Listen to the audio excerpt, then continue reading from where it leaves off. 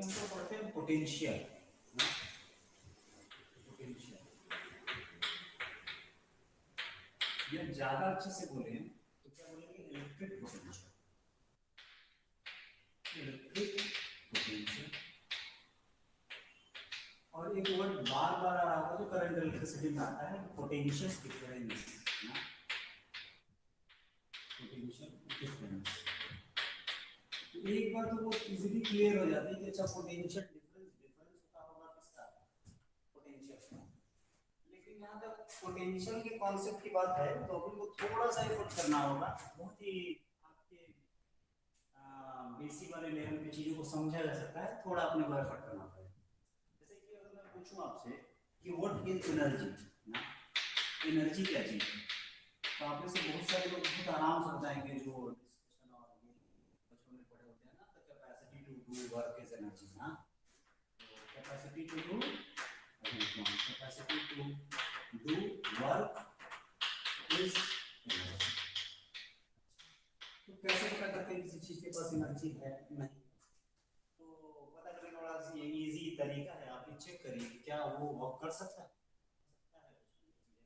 जैसे कि कोई मास है मान लो और वो मूवी है और वेलोसिटी है ना, मूव करता हो जाता है, उसके सामने कोई ग्लास रख दो उसको तोड़ देगा ना, बेसिकली वर्क कर सकता है, किसी दूसरे रुकी हुई चीज को मूव करा सकता है उससे कोलाइड करके, तो हम बोलेंगे ये मूविंग मास के पास एनर्जी है। ओके, अब ध्यान से सोचो, ऐसे ही मान लो इस तरह का कोई सरफेस है इंसान और इस पे ना मैं किसी मास को ऐसे पुश करते करते करते करते इसको मैं ऊपर ऊपर की तरफ पुश करते हाइट तक ले जाऊंगा, मान लो यहाँ ले जाकर,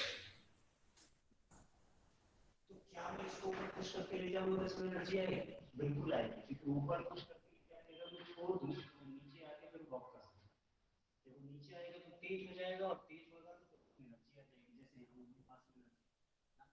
इसका मतलब जो मास को हम ना किसी हाइट पे ऐसे पुश करते हुए ले जाते हैं, जब बाहर वाला एक्सटर्नल है इसको जो बाहर पुश करते हुए ले जा रहा है इसको नॉर्मली क्या बोलेंगे, एक्सटर्नल एजेंट। एक्सटर्नल एजेंट थोड़ा सा लैंग्वेज को साइंटिफिक करने का तरीका है, बाहर वाला ना एक्सटर्नल एजेंट। देखो एक्सटर्नल एजेंट एफर्ट कर करके थक रहा है कि नहीं, तो इसको पुश करके जब ऊपर ले जा रहा है तो ऊपर इसकी एनर्जी बढ़ी, मतलब जो चीज जब मास जितनी ही ऊपर रखा है उतनी ही ज्यादा उसमें एनर्जी है कि नहीं। अब देखिए 10 मान लो फिफ्थ फ्लोर से कोई चीज नीचे ड्रॉप करोगे तो उसमें ज्यादा एनर्जी है, ज्यादा तेजी से टकराएगा, नीचे ज्यादा तबाही मचा सकता है, और फर्स्ट फ्लोर से ड्रॉप करते हैं तो उसमें कम एनर्जी है। इसका मतलब जितने ही ज्यादा हाइट तक हम उसको कैरी करके ले जाते हैं, पहले तो कोई उठा के ले जाएगा ना उतने ऊपर तक, मेहनत करता है। एक्सटर्नल एजेंट जितना ही एफर्ट करता है, एक्सटर्नल एजेंट जितना ही वर्क करता है, थोड़ा टेक्निकली बोले तो वर्क करता है, वो तो कहीं ना कहीं उसमें स्टोर होती है, जब उसको छोड़ेंगे तो उतना हाइट से फिर नीचे आएगा ना। ऐसा हमेशा नहीं होता, लेकिन कुछ खास फोर्सेस के प्रेजेंस में ऐसा होता है, और ऐसी एक फोर्स क्या है, ग्रेविटी है, और इसे थोड़ा सा भी पढ़े रहते हैं, मैं रिलेट करता हूँ, थोड़ा समझ पाना टफ है, नहीं उसका बस जान पाएंगे।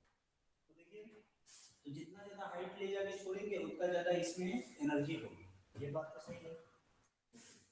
तो मतलब जितना ज्यादा ये हाइट पे गेन करेगा उतना ज्यादा इसमें एनर्जी होगी, ऐसा ना।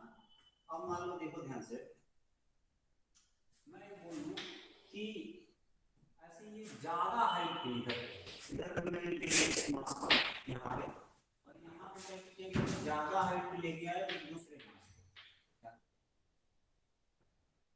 ज्यादा हाइट है h2 और ये h1 और मान लो h2 is greater than h1, ये वाला हाइट अधिक है और यहाँ पे एक मास मुझे करना, मान लो m1 और ये m2 वाले मास को मैं इतना ऊपर ले जाऊंगा,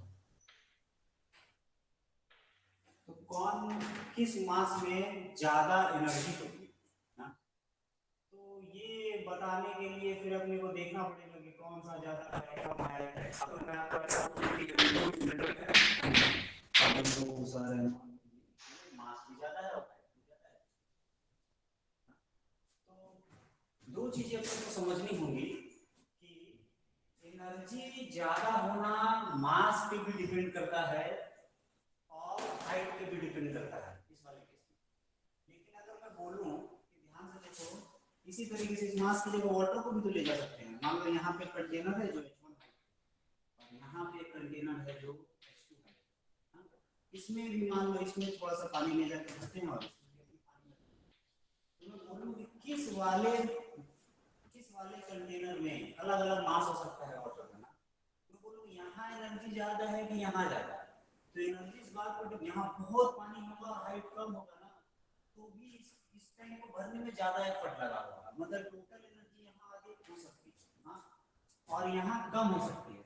लेकिन जब भी आप इस दोनों टैंक को कनेक्ट करते हैं ना, तो वाटर हमेशा ना ऊपर वाले से नीचे वाले की तरफ फ्लो करती है। ऐसा क्यों? ऐसा इसलिए है शक्तिमान, क्योंकि यहाँ पे वाटर जो है ना, उसके 1 kg वाटर की एनर्जी यहाँ पे है, 1 kg वाटर। मतलब अगर मैं आपसे बोलूं कि यहाँ एनर्जी अधिक है तो यहाँ मास को डिपेंड करेगा, लेकिन अगर पर केजी एनर्जी यहाँ अधिक होगी यहाँ, तो वो मास पे डिपेंड नहीं है। ये वैसी ही बात है कि अगर मान लो एक कमरे में 5 लोग हो और एक कमरे में 10 लोग हो, तो मैं पूछूं कि अच्छा दोनों कमरे में लोगों को बोले कि सेल्फ एडजस्टमेंट करो और जहां कम भीड़ भाड़ है वहां से एक जैसा मतलब करो, तो किस कमरे से लोग किस में जाएंगे? तो बहुत ही फ्रीक्वेंटली ये बोलना कि जिस कमरे में 10 लोग हैं उससे 5 वाले में जाएंगे बहुत गलत है। अगर मान लो जिसमें 10 लोग हैं वो कमरा काफी बड़ा हुआ, तो वहां रिलेटिवली भीड़ कम होगी ना, तो 5 कमरा जिसमें 5 लोग हैं वो कमरा बहुत छोटा है, उससे लोग उस कमरे में, थोड़ा सा फोटो बनाता हूँ मैं ताकि आप समझिए कितना छोटा कमरा है मान लीजिए, और इसमें 5 लोग ना, और ये कमरा बहुत बड़ा है, मान लो इससे 4 गुना बड़ा है, और इसमें 10 लोग ना, तो इससे ही लोग उसमें जाएंगे ना। तो फ्लो किधर होगा ना, देखिए फ्लो कभी भी अभी अपने क्या स्टेट में ड्रॉ कर सकते हैं, इसे कंट्रोल कर सकते हैं। ध्यान से देखना, थोड़ा सा मैं इसे रिलेट करूं, करना जरूरी है, अदरवाइज आपको पाएंगे नीचे से।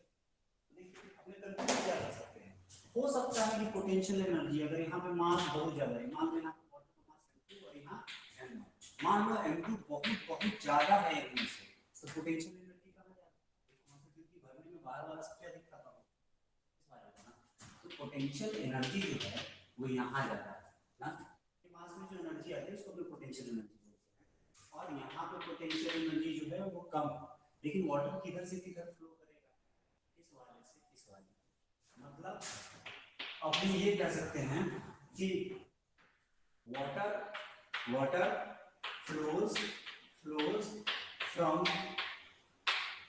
क्या, कम एनर्जी है वहां पे ज्यादा एनर्जी है, कम एनर्जी से नहीं, यहाँ क्या अलग है, यहाँ पे एनर्जी पर यूनिट मास अधिक, और इस चीज को अपने बोलते हैं पोटेंशियल, क्या बोलते हैं पोटेंशियल। और यहाँ पे ग्रेविटी की बात कर रहे हैं, इसलिए बहुत सारे बच्चे लोग सही से पढ़े होंगे, थोड़ा माइंड में भी आप पढ़ते हैं ये जरूर, ठीक है, इसको बोलते हैं ग्रेविटेशनल पोटेंशियल, क्योंकि ये अपने विजुअलाइज कर सकते हैं, इसलिए ये बात अपने को आ नहीं सकती। तो वाटर फ्लोज फ्रॉम, अगर ऑब्जर्वेशन देखिए इसमें, water flows from higher gravitational potential to lower. अच्छा, जहां पोटेंशियल हायर है, पोटेंशियल अधिक होने का मतलब क्या है, ग्रेविटेशनल पोटेंशियल अगर अधिक है इसका मतलब 1 kg मास की एनर्जी वहां है,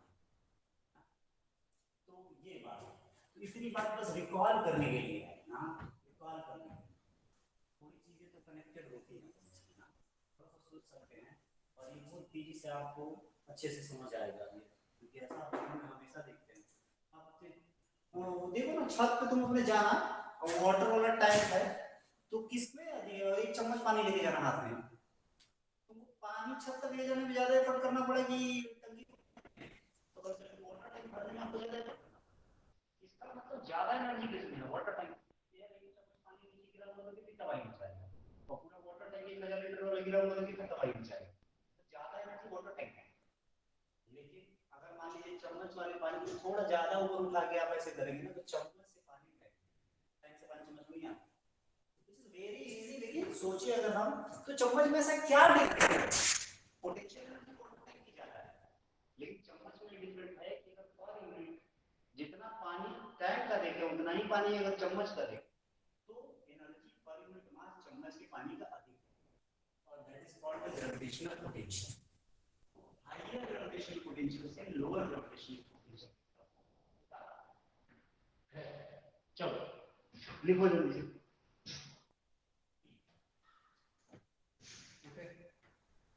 ये बात रही थोड़ी ग्रेविटेशनल पोटेंशियल की। अच्छा,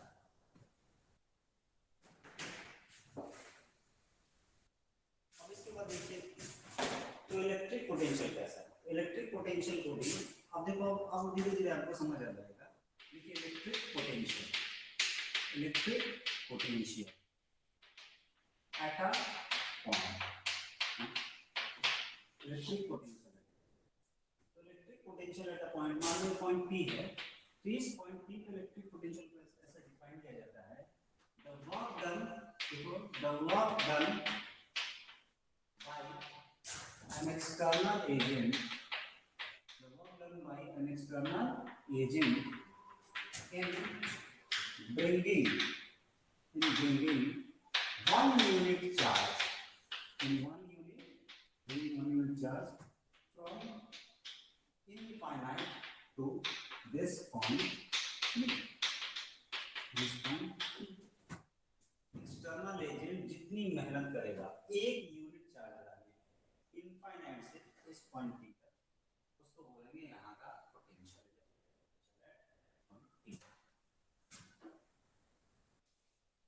पर यूनिट चार्ज क्यों? टोटल एफर्ट और टोटल चार्ज हो पोटेंशियल एनर्जी होगा ना, और एक यूनिट चार्ज की जो एनर्जी हो पोटेंशियल एनर्जी होगी उसको बोलेंगे अपने।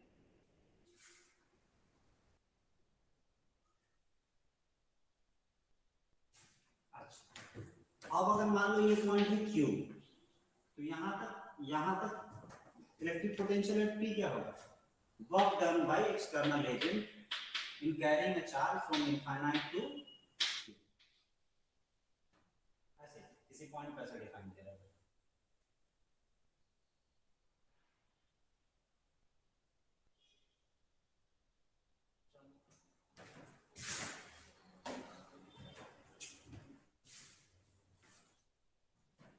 अब आगे देखो,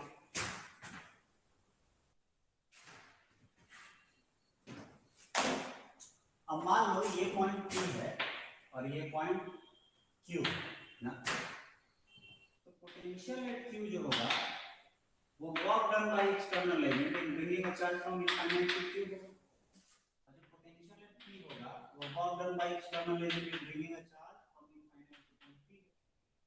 मान लो यहाँ से यहाँ तक लाने में हमने मेहनत की कितनी? 10 जूल, और यहाँ से यहाँ लाने में हमने मेहनत की कितनी? मान लो 20 joule.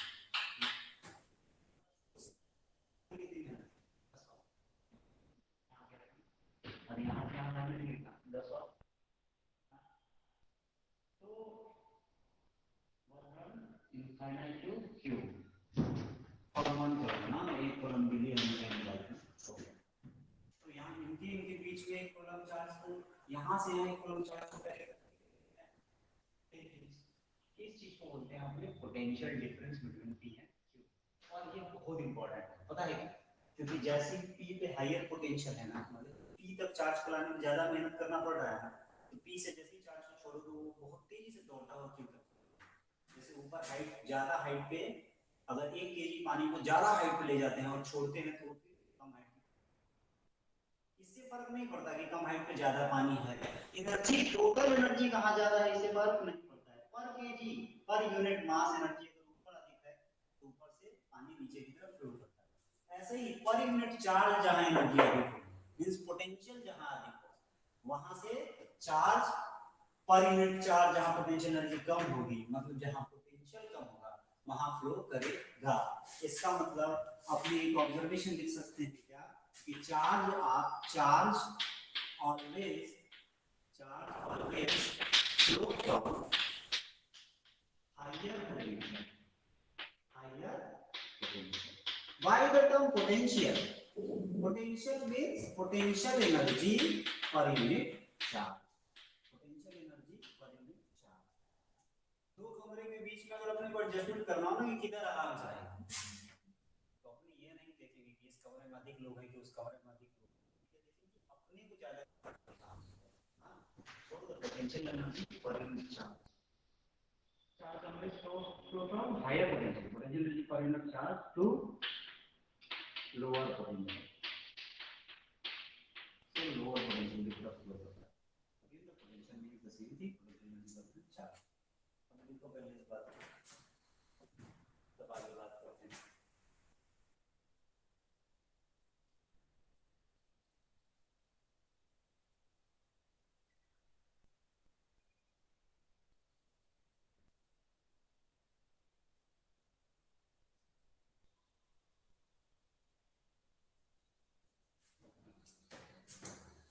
Potential difference between two points.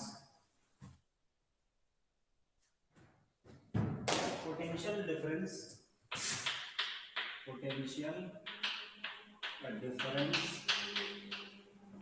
between two points.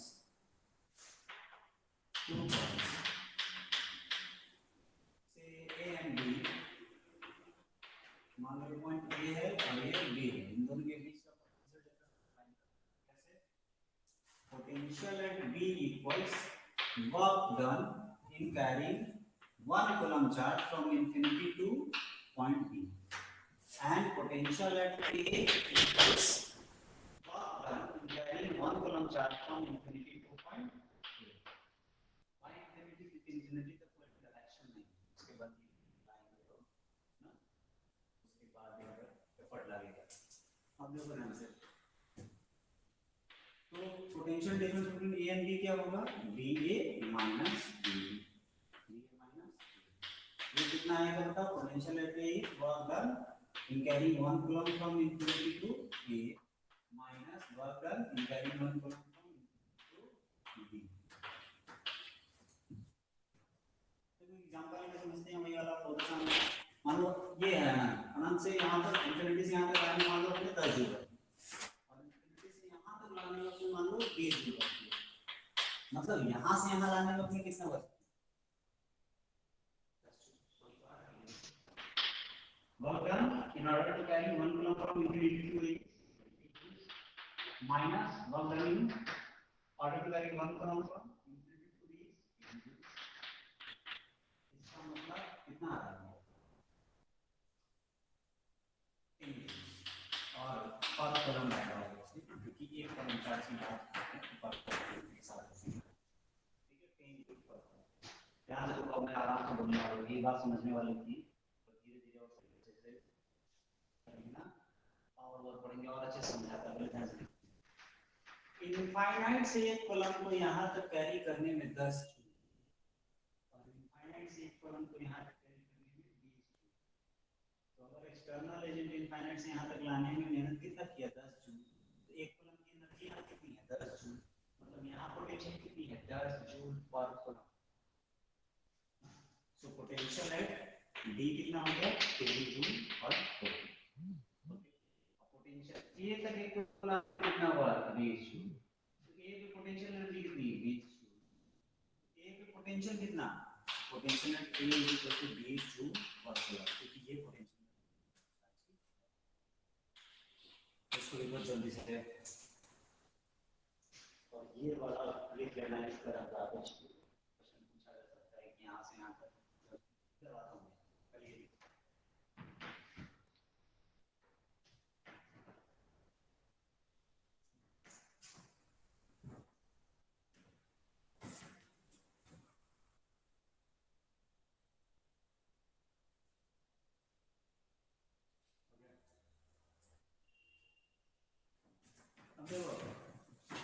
ये जो यूनिट है ना पोटेंशियल का, पोटेंशियल का यूनिट क्या है?